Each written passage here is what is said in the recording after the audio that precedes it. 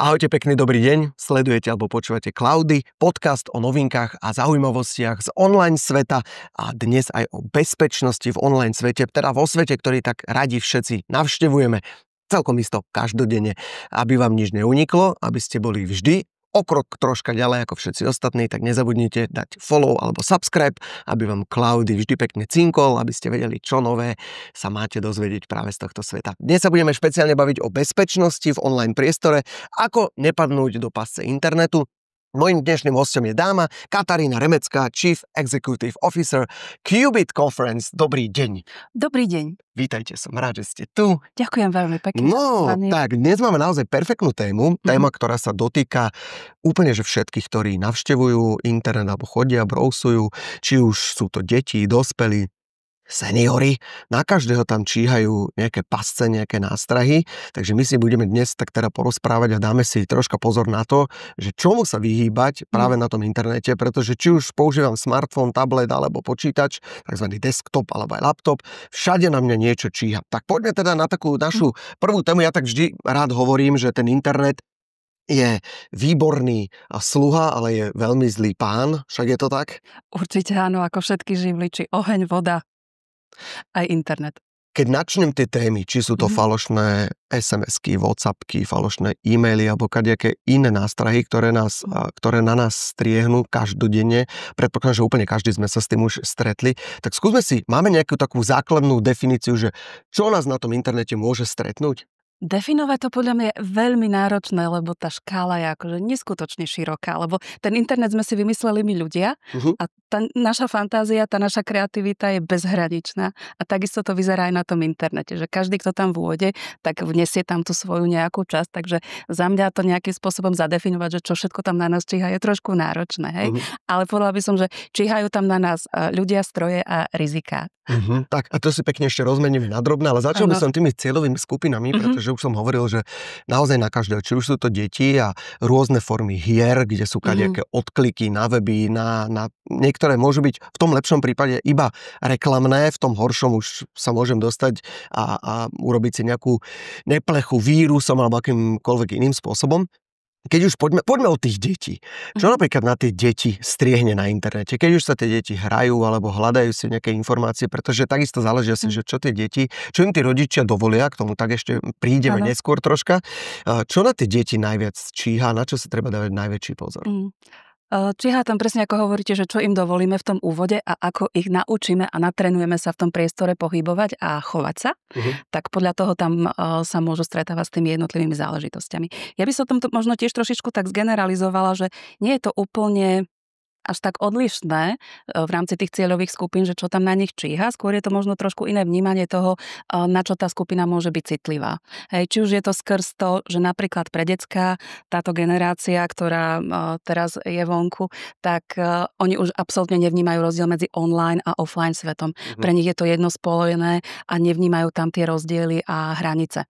Hej, tým pádom aj je možno pre nich ťažšie rozoznateľné, že na čo si majú dať pozor, pokiaľ im to dospelý nevysvetlí, s tým, že ten dospelý si toho tiež musí byť vedomý, že musí to tiež poznať. Častokrát si inak tie deti ešte pred rodičmi, ono to tak býva, že niekedy aj to dieťa dokáže teda priniesť už nejakú galibu domov, či už je to v tablete, v telefóne a skrátka ten rodič nemá to povedomie. A ako sa najlepšie taký rodič dozvie, teda keď s tým dieťaťom ešte len vyrastá a takisto aj pre ňo sú to novinky, ako sa najlepšie dozvie o tom?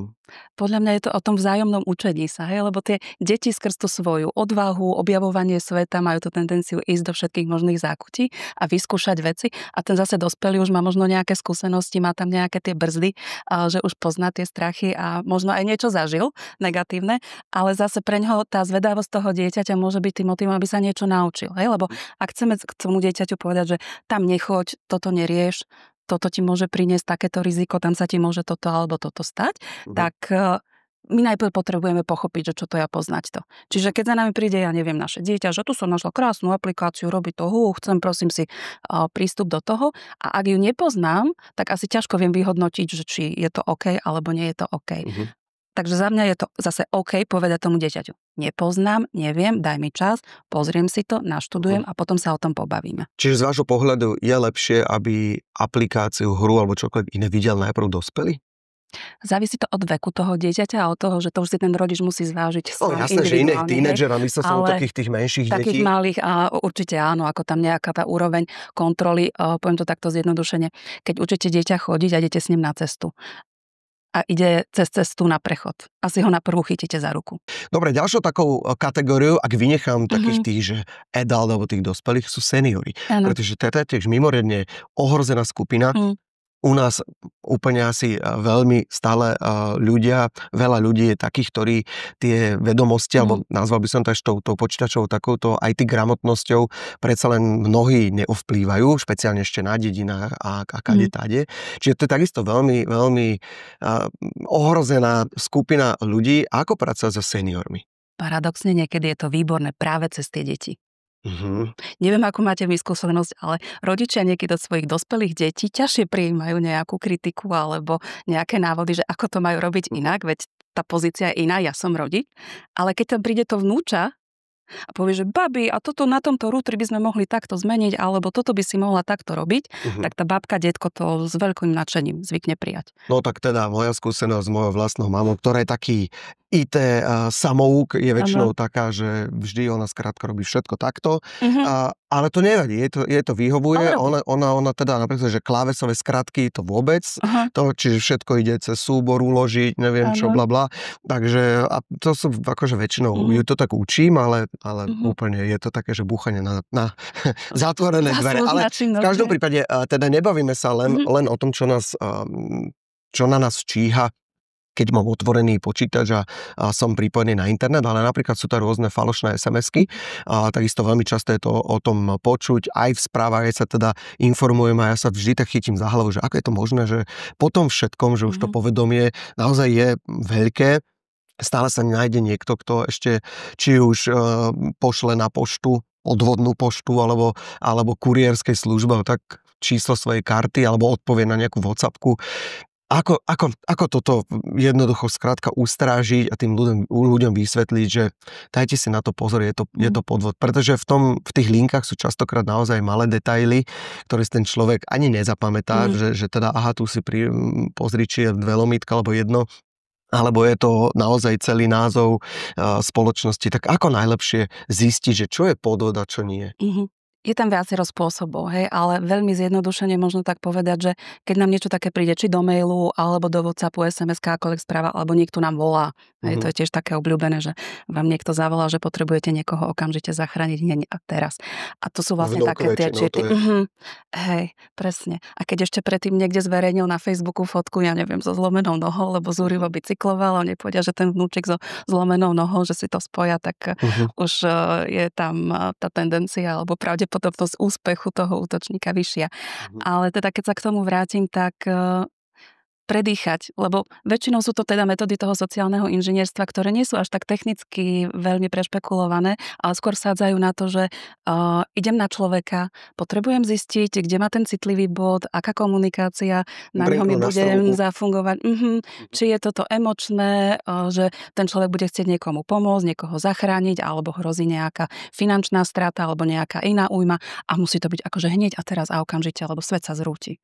Dobre, čiže toto je veľmi dôležité, áno, povedať, že čiže keď niekto na mňa veľmi tlačí, to už je taký jeden z tých naozaj veľmi ľahko rozpoznateľných znakov, že niečo nie je v poriadku. Či už je to v rámci toho, že rodina alebo akákoľvek iný podvod, ak je tam ten tlak, tak 100% tamto naozaj smrdí nejakým odrazom. Toto taká kontrolka by mala vyskočiť. Tak. A súčasne ďalší taký parameter je, že je toto bežné chovanie? Je toto bežná činnosť? Volá mi moja banka z takéhoto čísla, že niečo sa deje na mojom účte a mám im teraz okamžite nadiktovať číslo svojej platobnej karty, vrátane všetkých údajov. Ktoré by tam oni inak mali mať, keď volajú z banky však. Čiže netreba sa unáhliť, ale treba jednoducho troška začať rozmýšľať. Aj keď v tých situáciách, ktorá naozaj môže byť vyhrotená, pretože ak sa jedná o zdravie dieťaťa, teraz sú veľmi časté také tie WhatsAppky. Mami, stratila som číslo, píšem od kamarátky a teda WhatsAppku, nevolaj mi, lebo nemôžem teraz. Takže to tiež sú všetko také indikácie. Mňa by zaujímalo, že koľko ľudí skúsi zatelefonovať tomu svojmu dieťaťu. Napriek tomu, že to dieťa napíše, že mami, stratila som telefón, lebo pre mňa by to bolo to prvé, čo by som urobil, že to musím vyskúšať, že či to náhodou niekto nedvihne to číslo. Že nejaký sused, že ho našiel. Krásna konkrétna situácia, lebo presne takýto scenár som ja zažila v mojej najbližšej rodine. A bola to veľmi milá situácia. Presne trafili, že napísali: mami, ja potrebujem, stratila som telefón, neviem sa spojiť. A teraz ten človek brnkol na to, že mami, spustil sa ten záchranársky materinský inštinkt, idem, riešim, zachraňujem svoje dieťa, čo potrebuješ a tak ďalej. Hej. A až potom v rámci tej ďalšej komunikácie si začali uvedomovať, že aha, ale toto nesedí. Ale to bolo milé, že nemáš telefón, mám tu starú Peťku, nabijem ti. A na to išlo, potrebujem zaplatiť 2 faktúry, pomôžeš mi? Dobre, idem na počítač, pošli e-mail. A z akého účtu mi to pošleš? A to už akože už naozaj bolo, že tak, toto nie, že už tam bolo niekoľko tých indícií, že v nejakej miere, pokiaľ človek nedáva informácie, tak viesť tú komunikáciu s tým útočníkom na druhej strane môže byť niekedy, keď sa človek skľudní, aj celkom vtipné. Hej? Že viete si to overiť, že napríklad, ak viete, že viete, aké máte deti, že je to Janko a Marienka, tak dáte, a že to si ty, Jožko. A odpovedia nám na to, že áno, presne, to som ja, tvoj ďoďko. A už viete, že nie. No dobre, ale sú to aj zamestnanci, sú to aj firmy, čiže takisto my napríklad v našej firme častokrát nám robia takéto podvodné e-maily. Si vyžrebovať jeden zo 150 kolegov, toď klikni. A samozrejme, že vždy sa nájde niekto, a naše IT oddelenie, keďže my sme international company, tak naše IT oddelenie si trhá vlasy ešte posledné, ktorým zostávajú, že ako je to možné, že napriek tomu, že raz mesačne vám posielame takéto e-maily, vždy sa tam niekto chytí na takúto sprostosť. Ale ono je to asi stále v tých ľuďoch a v tom inštinkte toho, že wow, vyhral som, alebo wow, idem niekomu pomôcť. A že teda stále opäť sa vrátime k tomu, že treba len proste dať sa do kľudu a začať premýšľať. Dobre. Aj dospelí, to je asi tá skupina, ktorá je teda tá najväčšia, aj na nás tam číhajú nebezpečenstva, napriek tomu, že premýšľam, zistujem, či naozaj je to možné, to, čo niekto po mne chce, ale predsa len ten útočník je väčšinou o krok vpred a nie všetci sledujeme, čo sa deje, preto by ste mali všetci sledovať cloudy, pretože my sme taktiež o krok vpred. Tak čo teda dospelí? Kde je najväčšia nástraha pre dospelého? Alebo čomu najviac dospelí dokážu dôverovať? V zásade asi čomukoľvek. A tá ľudská povaha sa prejavuje či už v tej dôverčivosti, alebo v tej nepozornosti, alebo v tom ruchu bežného dňa, že máte toho veľa, niekedy aj omylom kliknete na čokoľvek. A z druhej strany ja som si tiež xkrát omylom vymazala rôzne veci a potom som ich vyhrabávala, takže viem si predstaviť aj takúto situáciu, že niekto omylom klikne na nejakú linku, za ktorú by inak neklikol. Ale je to naozaj o tom uvedomení si a pochopiť, že keď sme vonku v rámci toho internetu, v rámci toho priestoru, tak to je to isté, ako by sme boli vonku z nášho domu. Že môžeme mať pocit súkromia, ale reálne ho tak úplne nemáme, takže potrebujeme si tam dať tie ochranné múry a bariéry a nastaviť si tie zariadenia, nastaviť si tie oprávnenia tak, aby sme boli tak štandardne akoby chránení, že má tam tú digitálnu hygienu nastavenú. Čo robiť v prípade, že urobím už nejaký krok, ktorý sa nedá teda vrátiť späť a ja si uvedomím, že do keľu toto bola asi hlúposť, čo som urobil. Existuje nejaká ručná brzda, ktorá samozrejme, že určite záleží, čo som urobil, ale keď si to zoberiem, že kliknem niekde a teda otvorí sa mi nejaké pop-upové okienko, nebodaj som niekde zadal číslo karty, čo môžem rýchlo urobiť? Ideálne v prvom kole odizolovať tú hrozbu, čiže odpojiť sa od internetu, podľa toho, aké máte zariadenie, vyťahnuť za zatočky alebo odpojiť sa z pripojenia. Keď sa tam jedná o nejaké finančné veci, ako či ste zadali nejaké platobné údaje, určite idete cez banku. Čiže kontaktovať svoju banku, tá už má na to nástroje, ako tomu zamedziť a pomôcť vám s ochranou, teda s minimalizáciou škôd. Prípadne, ak ste niečo klikli na telefóne, na nejakú linku, neviete, čo ste si tam stiahli, v lepšom prípade vás to len odtiahlo na nejakú inú stránku, kam ste nechceli a možno vám to len zobralo vaše nejaké prihlasovacie údaje. V horšom prípade vám to mohlo niečo nainštalovať na telefón, nejaký škodlivý kód a tak ďalej. Hej? Takže tam zase je dobre si skontrolovať ten telefón. Jednoduché možno také indície, že či vám náhodou teraz niektorá apka neťahá príliš veľa batérie, či sa neprehrieva, nechová sa ten telefón. najlepší nejaká... prípad, že by mi ťahala batériu. No, len to znamená, že ona maká, že strašne na niečom maká, niečo robí, niečo vám tam ako zbiera a bude to chcieť odosielať preč, alebo niečo s tým spraviť iné, radostné pre seba, nie pre vás.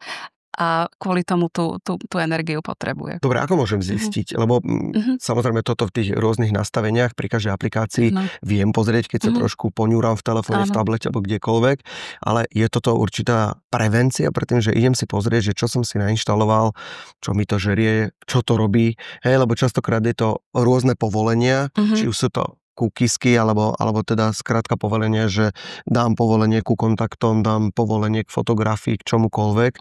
A takisto častokrát mi to môže napovedať, že toto asi nie je úplne dôležité, aby som niekde zdieľal ja svoje fotky z Facebooku alebo odniekiaľ, keď potrebujem niekde niečo zaplatiť.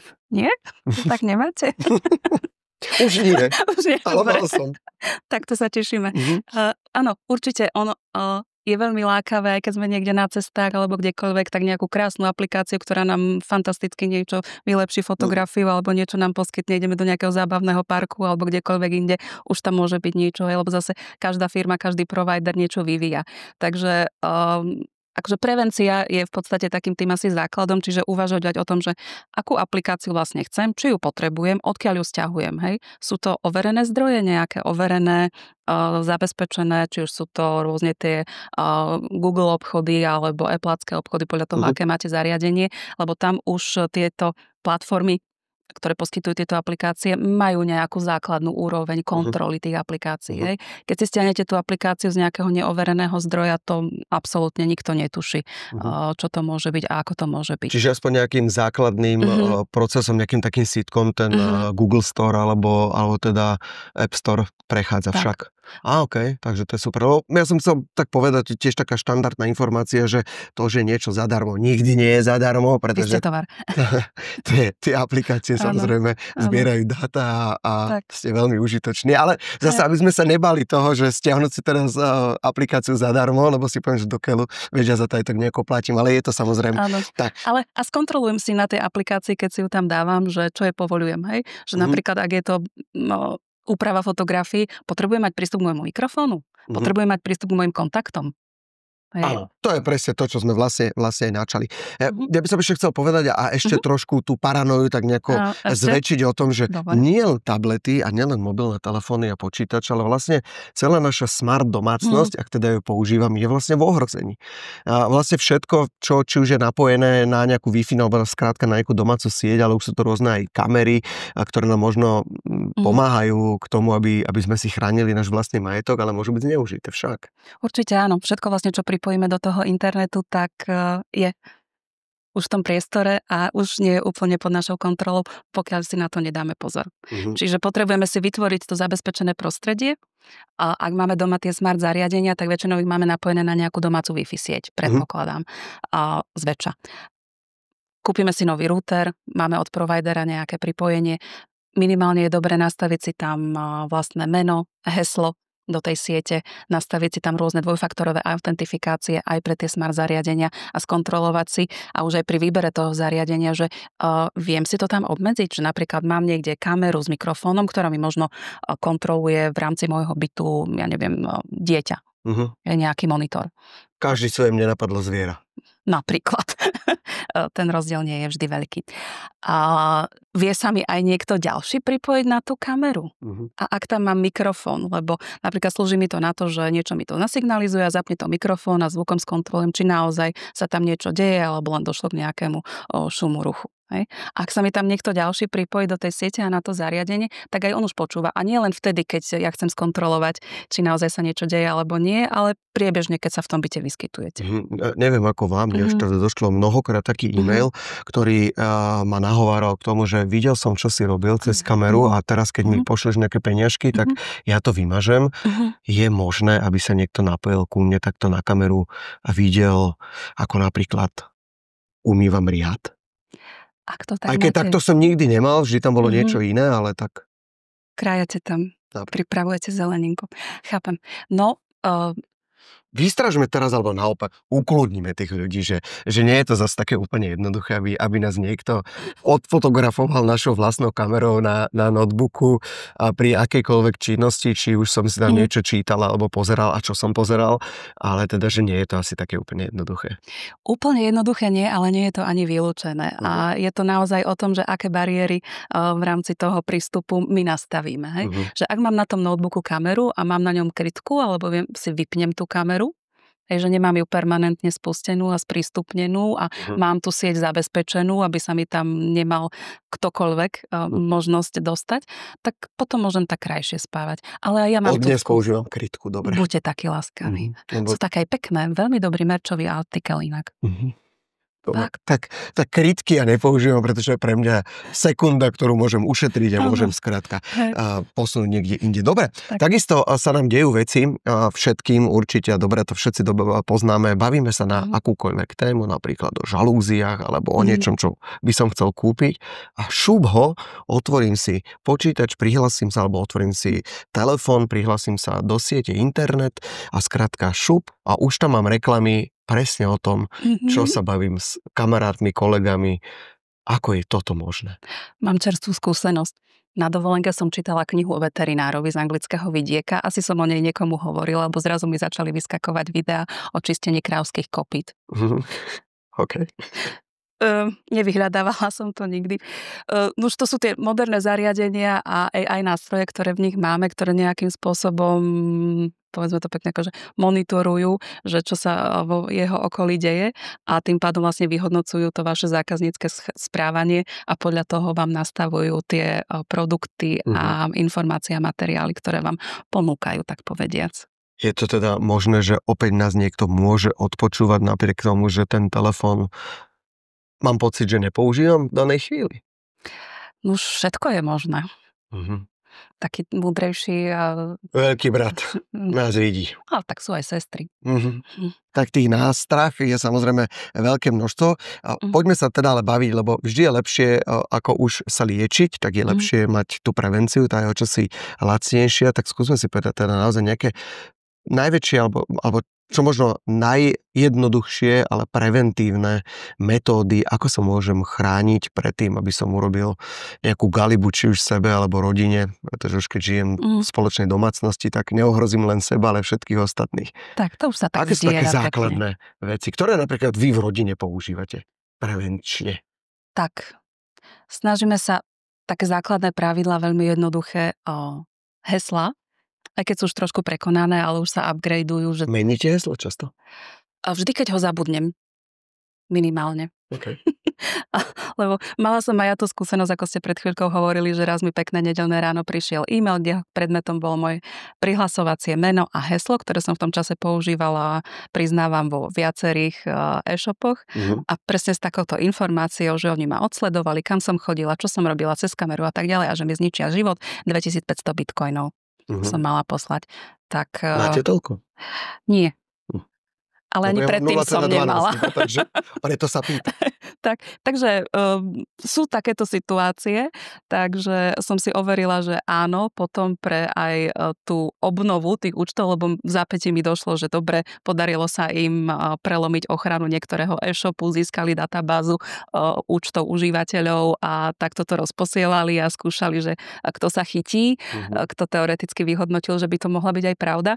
A tak som proste prešla si všetky svoje účty, kde mám aké prihlasovacie mená a heslá a vstúpila som si do svedomia, že OK, tak už to daj komplikovanejšie, už to daj štrukturovanejšie, neopakuj to jedno heslo na 3 aplikáciách, lebo tak zase v rámci prevencie Alzheimera a iných chorób sa celkom zíde, trošku ten mozog potrénovať a zase sú aj rôzne peňaženky, schránky na ukladanie hesiel.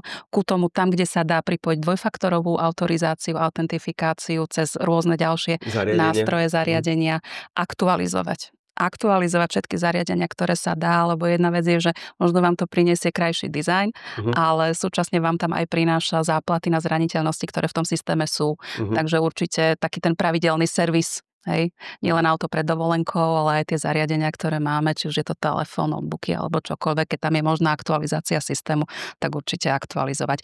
No a zálohy. Zálohy. len raz sa vám ako obchodníkovi stratí telefónny zoznam. To ja si 25 rokov hovorím, že už si ten telefón musím zálohovať, ešte som to dodnes neurobil. Tak dnes je ten deň. To takých dní už bolo. Ono to veľmi pomôže. No, ja viem, ešte tie fotky si, ale tie kontakty by som tak veľmi potreboval. A my už sme to v predchádzajúcich častiach Klaudy spomínali. A takisto ste to spomenuli aj vy, že sú rôzne nástroje na ukladanie hesiel, a takzvané nejaké tie peňaženky, alebo teda akokoľvek inak to môžeme nazvať. Ja viem, že teda naši priaznivci, fanúšikovia Klaudy sú trošičku možno ďalej ako ten úplne bežný užívateľ, ale my práve Klaudy robíme aj pre tých úplne bežných užívateľov a teraz si môžu tak plesknú po čele, keď ja to poviem, ale čo si budeme klamať, veľká väčšina ľudí to tak má, jedno heslo do všetkých zariadení, respektíve do všetkých obchodov, do všetkých mailových schránok a podobne a sociálnych sietí, takže ja už to teraz tak úplne nemám, ale je pravda, že áno, len zase si ten človek to heslo niekde napíše a podobne. A ja mám napríklad veľký problém sa na laptope dostať do internet bankingu, lebo to overenie nikdy neviem na prvú šupu urobiť. V telefóne už je to jednoduchšie. Dobre, čiže je toto takisto... Šetriaci mechanizmus, keď sa neviete dostať do internet bankingu. Áno, len keď mi tam budú naskakať úroky, tak zase teda tie, ktoré mám zaplatiť, tak ani veľmi nie. Dobre, čiže toto som chcel iba teda takéto premostenie, že povedať si, že áno, aj toto je prevencia, že mali by sme si meniť hesla, lebo napríklad či už do Windowsov podobne, že tak tam po každých pár mesiacoch má to výzve, vymen si heslo, nemôže byť ako to predchádzajúce a podobne. Čiže je aj toto prevencia, že meniť si heslo ešte predtým, ako sa niečo zle udeje? Určite áno. Každý ten človek si musí vyhodnotiť zase, aby sme to nenalíčili tým ľuďom tak, že teraz celé dni nebudú nič iné robiť, len sa starať o svoje zariadenie. Aj oni majú a priori slúžiť a nie nás riadiť v tom, čo máme robiť, ale taký ten základ by tam mal byť. Určite áno. A práve na to možno niekedy aj tie peňaženky sú celkom fajn, že tam si dáte jedno to silné heslo a to meníte a tie ďalšie už potom v nejakých kratších intervaloch napríklad. Ale tá zmena je život. Život. A je to otrava, lebo ja mám tiež taký pocit, že síce je to pol roka, ale ja mám pocit, že to bolo 2 týždne dozadu a potom zase všetky autentifikácie v telefóne a v tablete a všade to chce do mňa nejaké čísla a podobne, takže asi všetci to máme rovnaké, že je to celkom otrava, ale je to skrátka dôležité. Treba si tam možno predstaviť to, že a čo ak? Hej, že teraz možno na to vynaložím tých 10-15 minút a keď sa mi tam niekto nabúra alebo proste stratím to, hej, čo ma to potom bude stáť, či už času, peňazí, energie, nervov. Akorát by som si povedal, že tých 15 minút akorát by som ich venoval. Tak, hej. Ale aj k zubárovi by sme mali chodiť preventívne a často ideme vtedy, keď to bolí. Áno, to je pravda. A verili by ste svojmu účtu, keby vám ho niekto hackol a nejakým zázračným spôsobom sa opäť dostane k vašim údajom a že si teda znova vymeníte heslo, zahajslujete, verili by ste mu? Ja nie. No inak asi tiež nie, preto sa pýtam. Ja som v tomto taká trošku nedôverčivá, že už keď tam ako raz bol nejaký návštevník, tak už to treba celé vygruntovať. Čiže v tomto prípade je lepšie napríklad založiť si novú e-mailovú schránku alebo nový profil? Ako minimálne by som to vyhľadala nejakého odborníka alebo nejakého profesionála v rámci servisu, ktorý by som požiadala, aby mi skontroloval to, čo si myslím, že bolo chybné alebo napadnuté, alebo že tam niečo bolo a ak by mi to niekto, kto to má, že sa tým živí a že naozaj to vie, potvrdí, že OK, je to bezpečné, môžeš to používať ďalej, dajme tomu. Ale aj tak by som minimálne spravila nejaké opatrenia, nejaké zmeny, nejaké aktualizácie, podhlasovať to tam, kde som to mala poprihlasované a poťažmo, áno, e-mailovú adresu. Ale tam je zase celkom fajn tiež niekedy si na niektoré účely založiť špecifickú e-mailovú adresu, ktorá nie je prepojená s niečím iným. Hej, že poznám ľudí, ktorí majú na internetové nákupy samostatnú nejakú. No. A ja to mám jednu, kde hážem všetky, či už sú to spamy, alebo respektíve nejaké marketingové letáky a podobne. Čiže áno, takú mám aj ja. Asi je nás takých veľa. Ale je veľmi, veľmi podobná tej, ktorú používam bežne. Áno. Čiže tam som si len pridal čosi a už viem šup a tam mi chodia všetky veci, ktoré keď si chcem niečo stiahnuť zadarmo, zadarmo nejaký e-book alebo niečo podobne, tak tam to pošlem, nech mi tam posiela všetko, čo vlastne nebudem v budúcnosti potrebovať. Takže ďalší z nástrojov, ktorý inak môžeme použiť. Vrátim sa ešte raz k deťom, pretože tam môže niekedy to dieťa mať pocit, že ho ten rodič sleduje, tak takisto, že kde je tá hranica toho, že kontrola je naozaj zdravá, a že chcem vedieť, čo moje dieťa na tom internete robí, a kde už je to podľa vás tak trošku, že začiaro, že to dieťa, zase aj treba ho nechať, lebo každý sa učíme na chybách, úplne ideálne na chybách iných, ale teda niekedy na tých vlastných, ale že aj tým deťom niekedy treba nechať takú tú voľnosť, tak kde je podľa vás tá hranica, že kontrola versus strata súkromia? Ťažko identifikovateľné. Podľa mňa tam ako nejaká jasná línia, jasná hranica až tak veľmi neexistuje. Ono naozaj aj pre nás, ktorí sme vyrastali ešte v tom, že ten offline a online, respektíve online ani extra neexistoval, tak si uvedomiť, že vlastne takisto ako vychovávame a prevádzame deti tým dospievaním v tom bežnom fyzickom svete, že nepúšťaj si vriacu vodu na ruky a podobne, tak tiež ho musíme aj odprevádzať v tom onlineovom svete a postupne ho učiť a postupne mu to nejakým spôsobom dávkovať. Tam je ale veľmi citlivá otázka tej dôvery a úrovne komunikácie. Že akým spôsobom s tým dieťaťom komunikujeme a rozprávame sa o tom, že čo robí, kde tam chodí, na akých hrách sa hrá, s kým kde komunikuje, či je to reálny človek, že je to super kamoš, s ktorým si pokecali, ale či naozaj je to tak, že to môže byť aj nejaký poťažmo iný človek, ktorý možno mu chce zobrať tie kredity a tú jeho vysnívanú nejaký cieľ, ktorý v tej hre dosiahol, tak mu v podstate zruší a bude od neho si pýtať nejaké peniažky ako výkupné v zásade, aby mu to v zápätí spustil a vrátil späť. Čiže za mňa je kľúčové naozaj tá komunikácia s deckami, lebo oni sú veľmi šikovní, oni sú veľmi múdre, oni sa akože vedia veľmi dobre chytiť a rozprávať sa s nimi a komunikovať a ísť cez príklady. Nie cez tú autoritu a zákazy, ale skôr cez naozaj rozhovor, prirodzený, bežný, ako sa denne rozprávate o tom, aký mal deň, čo robil, kde sa čo stalo, čo bolo v škole, čo bolo dneska na TikToku, čo bolo dneska tam, čo písal Fero, ako ste sa v tej skupine bavili, rozprávali, čo sa udialo. Proste mať to ako bežne, lebo potom, keď to dieťa zbadá, že niečo sa mu tam nezdá, možno niečo sa akože udialo, tak vám to povie. Hej, a už máte možnosť lepšie to podchytiť niekedy v tom zárodku. Hej, ale určite v rámci toho vývoja a rozvoja aj tej schopnosti seba kontroly toho dieťaťa, ale však aj my dospelí, keď sa do niečoho zahlbíme, to tak stratíte prehľad o tom, že koľko ste na tom a zrazu je večer, hej.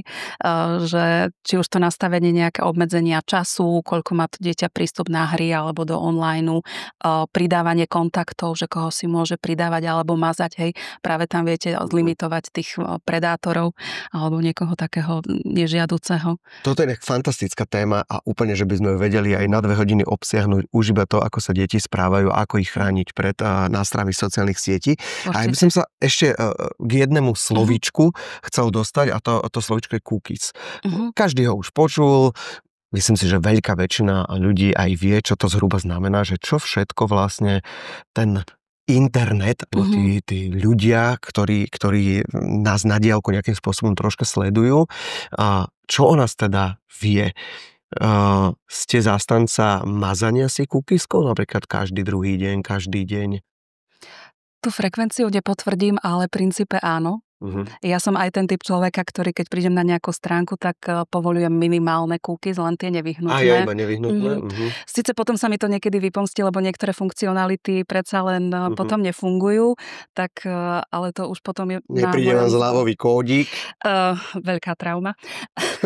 Ale to si potom človek musí vyhodnotiť, že či mu to za to stojí, či to chce. Poznám tú stránku, mám to overený ten obchod a tak ďalej, že som už pre mňa v nejakom známom prostredí, mám tam určitú úroveň dôvery, alebo je to nejaká, že absolútne nepoznaná stránka, na ktorej som prvýkrát a teda nedám im celú moju občianku a rodný list a všetky moje charakteristiky môjho chovania a správania, kde som bola na tej stránke, čo ma možno zaujala, kde som sa zdržala, aké mám tie prepojenia a tak ďalej. Takže v tomto smere ja áno. Mňa marketéri nemajú radi tých Dobre, ešte otázočka. Môžeme sa baviť, že nie vy, ale vaše kamarátky. Ako to máte napríklad s kartami platobnými? Ukladáte si hesla a čísla kariet, keď sa nakúpi? Lebo je to zasa jedno, je to otravné, keď teda stále musím vyplňať to isté.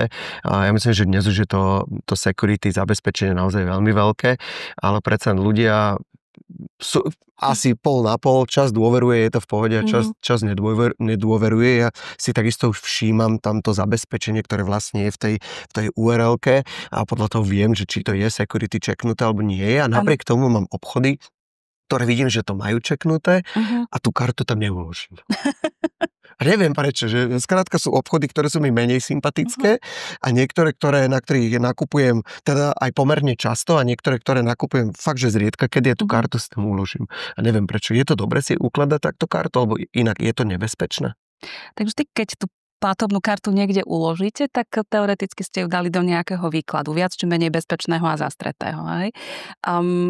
Banky v súčasnosti už vám umožňujú rôzne spôsoby, že nemusíte používať vždy tú svoju fixnú kreditnú alebo debetnú kartu, ktorú máte naviazanú k svojmu účtu a kde teda nejaké riziko zneužitia je vysoké, lebo máte tam nejaké prostriedky k dispozícii, ale môžete buď využívať jednorazové platobné karty, ktoré si v rámci internet bankingu vygenerujete, alebo sú aj banky, ktoré majú napríklad ponuke platobnú kartu vyslovene len na e-shopové, na onlineové nákupy. Hej?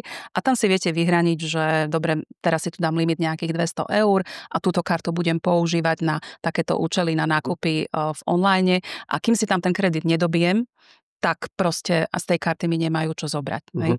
Lebo naozaj niekedy je to veľmi otravné, ak by ste stále mali zadávať tie čísla, aj keď napríklad ja si shodou okolností z nejakého dôvodu číslo svojej karty pamätám, takže viem ho. My sme sa nejak stretli. No, takto, no. Takže dá sa to aj takto, ale zase niektoré aplikácie alebo niektoré nástroje, ja neviem, listok na MHDčku, hej. No nechce sa mi za každým, keď utekám na ten autobus. No to ja mám v aplikácii, to si dobijem vždy 20 eur a mám to na mesiac. Ale áno, len to číslo karty si pamätám práve pretože ho vlastne takmer každý deň zadávam, lebo stále niečo nakupujem a tým, že mám obchody, kde to nemám uložené, tak práve preto si to číslo veľmi, veľmi rýchlo pamätám. Dobre, takisto by to bola inak perfektná téma celková, čo všetko z tej karty môžem použiť a nemôžem, či sú to CVVčka a podobne, ale k tomu zase inokedy. Poďme si to teda tak čo najrýchlejšie zhrnúť, čo sme si dnes teda povedali, že čo všetko na nás číha, aké pasce alebo aké nástrahy na internete alebo pri používaní internetu a teda našich smart zariadení, ako sa pred nimi brániť. Tak poďme, že ja to zhrniem. Sú to rôzne e-maily, sú to rôzne WhatsAppky, sú to rôzne SMS-ky, ale teda všetky tieto nástroje, ktoré prichádzajú cez mobilné zariadenia, ako sa voči ním brániť, bolo jednoduché, vám je povedané, stačí sa skrátka chvíľočku iba zamyslieť a netreba prepadnúť tomu, že teda je to nejaký veľký tlak, že poďme rýchlo, urob to, alebo ti niečo ujde, nič nám neujde, ani asi ten život nebudeme zachraňovať, netreba vyhadzovať nič z okna a podobne. A rovnako sme si povedali, že neverme teda aj na kamarátov, našich rodinných príslušníkov, stále to teda platí, iba že rozmýšľajme. Že teda majme... Udržujte paniku.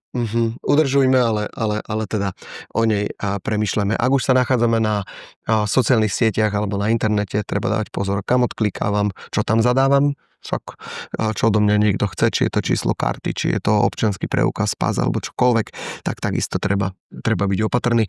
Tá otázočka, odporúčate tie nastavenie tých kúpiskov alebo tých nástrojov teda pre všetkých, že stačí iba to nevyhnutné, alebo je to vždy teda na každom z nás, ako sa rozhodnem, že čo všetko povolím napríklad novinárom alebo obchodom, čo sa o mne dozvedia. Je to na tom osobnom rozhodnutí, akože tá sloboda, ktorú máme, siaha aj do toho, že tá možnosť tam je, ale naozaj buďme si vedomi toho, že čo vlastne týmto spôsobom zverejňujeme, čo chceme dať von zo svojho súkromia, z toho svojho chovania a čo nie. A je samozrejme dobré, keďže toto všetko napreduje veľmi rýchlo, tak okrem toho, že sme radi, že sledujete Klaudiu, pretože tu ste o krok vpredu a vždy sa dozviete aj praktické rady, aj všetky novinky, ktoré na vás môžu číhať alebo ktoré vám môžu pomôcť dobre sa zorientovať vo virtuálnom svete, tak samozrejme sú aj rôzne webináre, sú aj rôzne iné cesty, ako keď niečomu nerozumiem a chcel by som, ako sa k tomu viem dostať. Je to samozrejme na vzdelanie každého z nás, aby sme si niečo načítali. Takže aj o tejto téme, ktorú sme my dnes preberali, tak samozrejme si môžeme pozrieť aj iné cestičky. Ale my budeme radi, ak zachováte priestor a priazeň hlavne nášmu podcastu Klaudii, ktorého ďalšia časť sa pomaličky končí. Veľmi pekne ďakujem Kataríne Remeckej, Chief Executive Officer Qubit Conference. Veľmi pekne, Katarína, ďakujem za spoločne strávený čas. Opäť som si tam už našiel niekoľko tém, ktoré by sme vedeli parádne rozvinúť, takže predpokladám, že sa tu nevidíme posledný krát a budem rád, keď príjmete naše pozvanie aj na nejakú ďalšiu časť. Tak sa budem tešiť. Pre vás všetkých ostatných pripomínam odbery, lajky, šery a samozrejme nezabudnite, ak vás niečo zaujalo alebo by ste sa chceli niečo nové dozvedieť, zanechajte komentár, kdekoľvek už nás sledujete, tak nám to nechajte, my ich všetky čítame, vyhodnocujeme a budeme samozrejme sa zaoberať všetkými podnetmi. Ďakujem veľmi pekne, milá Katarína, ešte raz vám všetkým za sledovanosť a budem sa tešiť aj na budúce. Ahoj.